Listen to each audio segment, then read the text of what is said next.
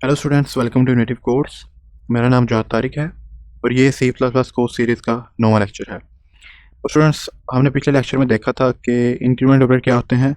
हमने pre fix और post fix increment operator को देखा और उनकी हमने इम्प्लीमेंटेशन की। तो स्टूडेंट्स, इस लेक्चर में हम सबसे पहले बात करेंगे डिक्रीमेंट ऑपरेटर की और उसके बाद हम असाइनमेंट ऑपरेटर की भी बात करेंगे जो कि हमारे से रह गए थे। तो डिक्रीमेंट ऑपरेटर की बात करूंगा मैं सबसे पहले। डिक्रीमेंट ऑपरेटर स्टूडेंट्स एक ऐसा ऑपरेटर है जो कि किसी भी ऑपरेंड की वैल्यू में एक डिजिट सब्ट्रैक्ट करता है।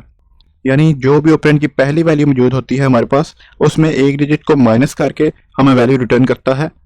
तो डिक्रीमेंट ऑपरेटर भी इंक्रीमेंट ऑपरेटर ही की तरह दो टाइप्स में फर्दर डिवाइड होता है। फिर पहली इसकी टाइप है प्रीफिक्स डिक्रीमेंट ऑपरेटर और दूसरी है पोस्ट फिक्स डिक्रीमेंट ऑपरेटर। तो स्टूडेंट्स, जो प्रीफिक्स डिक्रीमेंट ऑपरेटर है ये बिल्कुल इंक्रीमेंट ऑपरेटर की तरह ऑपरेंड से पहले आता है और post fix decrement operator operand के बाद में आता है।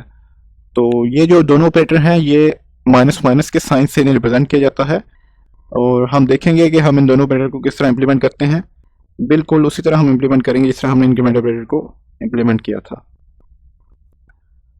तो स्टूडेंट्स, सबसे पहले मैं एक वेरिएबल बनाऊंगा। मैंने नम उसे नाम दिया, 10 वैल्यू मैंने उसमें स्टोर करवाई। तो स्टूडेंट्स, सबसे पहले मैं एक नम वेरिएबल बनाऊंगा, उसमें 10 वैल्यू स्टोर करवाऊंगा और उसके बाद मैं प्रीफिक्स डिक्रीमेंट ऑपरेटर यूज़ करूंगा और नम में से मैं एक माइनस करूंगा। और अब मैं देखूंगा कि नम में मेरे पास क्या वैल्यू पड़ी हुई है। मैं सी आउट करूंगा। सी आउट करने के बाद मैं कंपाइल एंड रन पर क्लिक करूंगा। मेरे पास आंसर नो आना चाहिए। स्टूडेंट्स, आप देख सकते हैं कि मेरे पास आंसर नो ही आया है। उसके बाद स्टूडेंट्स, मैं बिल्कुल इसी तरह पोस्ट फिक्स डिक्रीमेंट ऑपरेटर को भी यूज़ कर लेता हूँ और आप देखेंगे कि यहाँ पे मेरे पास आंसर दोबारा 10 ही आएगा, क्योंकि पोस्ट फिक्स का आपको पता है कि ये पहले ओरिजिनल वैल्यू रिटर्न करता है और बाद में वैल्यू को डिक्रीज या इंक्रीज करता है। तो इस दफ़ा मैं डिक्रीमेंट ऑपरेटर यूज़ कर रहा हूँ तो ये डिक्रीज करेगा वैल्यू। तो दोबारा मैं नम को सी आउट करूँगा तो आप देखेंगे कि अब इसमें वैल्यू जो है वो 9 हो जानी चाहिए।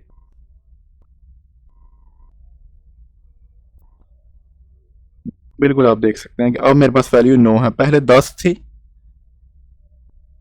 इस स्टेटमेंट ने मुझे 10 वैल्यू दी।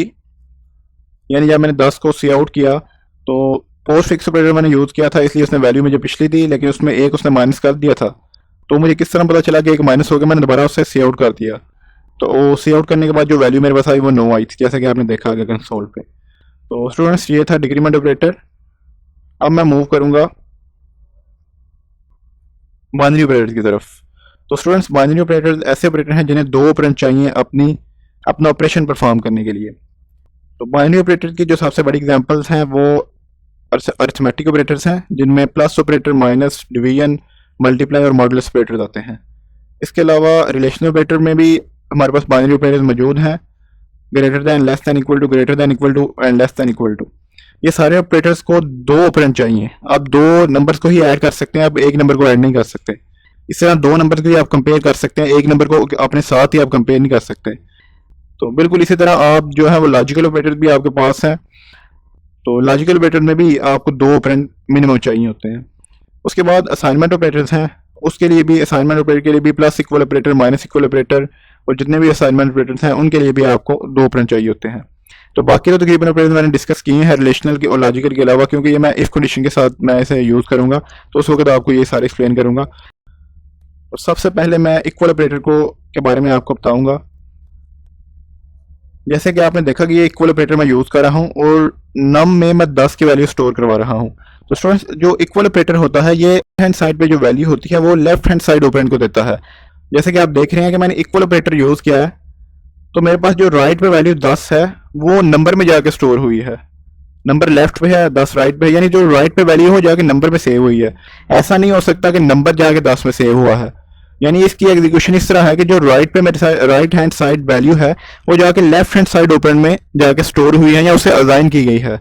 असाइनमेंट ऑपरेटर से इसलिए कहते हैं कि वैल्यू असाइन करता है, या राइट हैंड साइड की वैल्यू को लेफ्ट हैंड साइड ओपन या वैल्यू में स्टोर करता है या उसे असाइन करता है।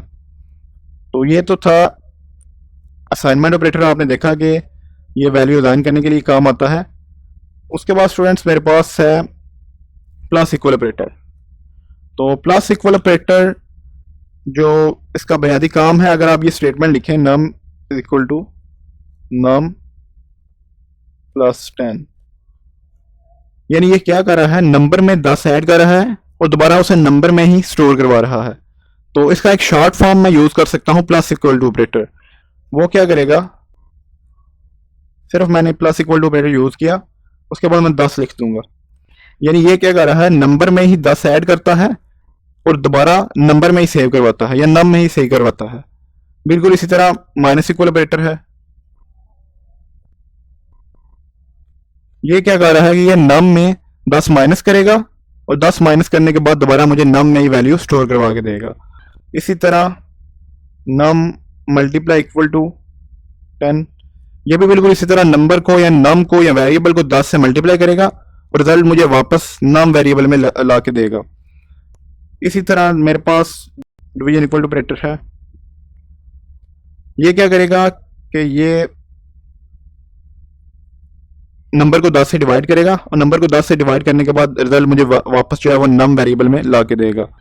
तो आप देख सकते हैं कि इसने मेरा जो कोड है वो काफ़ी मेरा शॉर्ट हो गया है। वैसे अगर मैं ये चाहूँ कि मैंने इन्हें यूज़ नहीं करना तो मैं हर स्टेटमेंट तकरीबन इस तरह लिखूंगा।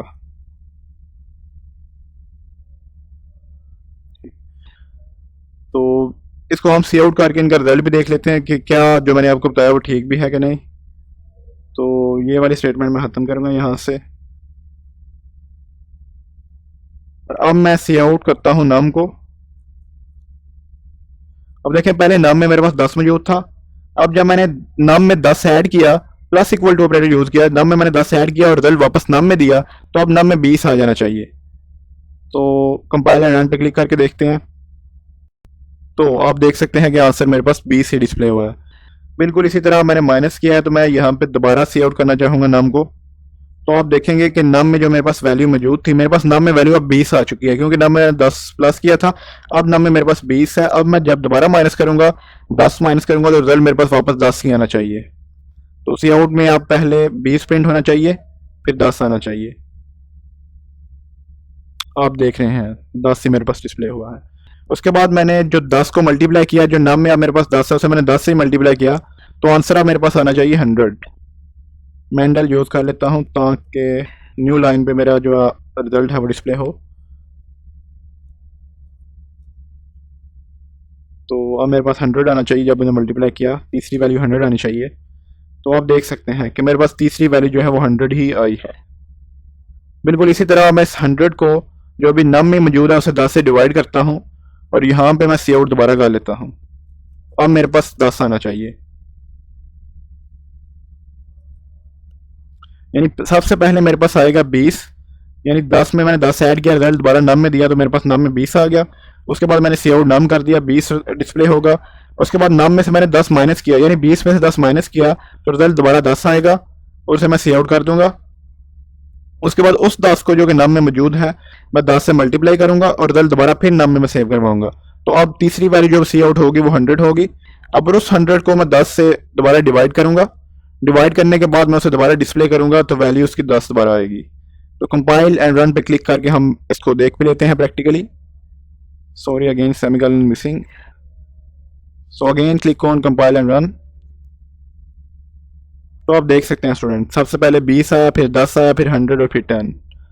तो ये तो थे सारे असाइनमेंट ऑपरेटर। तो उसके बाद स्टूडेंट्स मैं डिस्कस करूंगा टर्नरी ऑपरेटर को।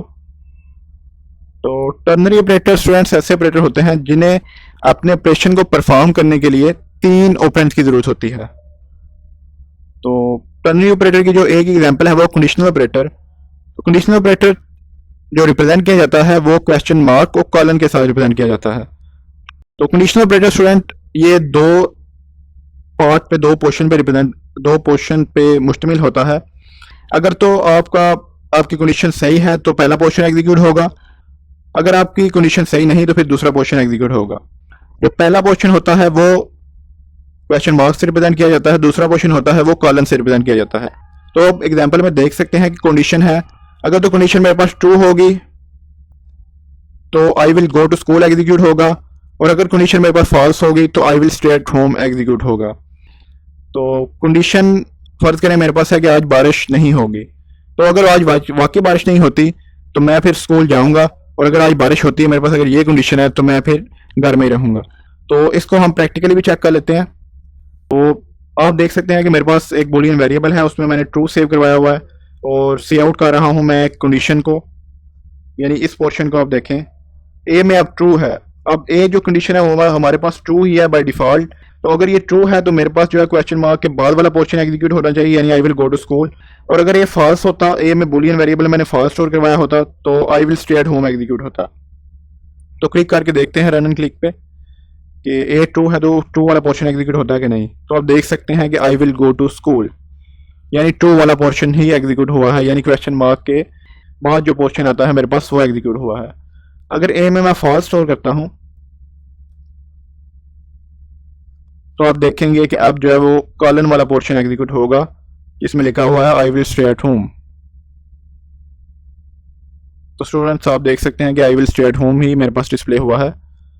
तो ये तो था स्टूडेंट्स कंडीशनल ऑपरेटर मेरे पास, और ये टर्नरी ऑपरेटर की एक सिंगल एग्जांपल है क्योंकि उसमें सिर्फ एक ही ऑपरेटर आता है। तो अभी हम अपने ऑपरेटर की जो डिस्कशन है उसे यहाँ पे खत्म करेंगे, बाकी जो ऑपरेटर रह गए हैं वो बाद में इंशाल्लाह इफ कंडीशन के बाद आपको मैं उसकी एक इम्प्लीमेंटेशन करवाऊंगा, एक प्रैक्टिकल इम्प्लीमेंटेशन करवाऊंगा। सो आज के लेक्चर को हम वाइंड अप करते हैं यहीं पे। So keep watching Innovative Code and thank you very much and stay tuned for my other lectures.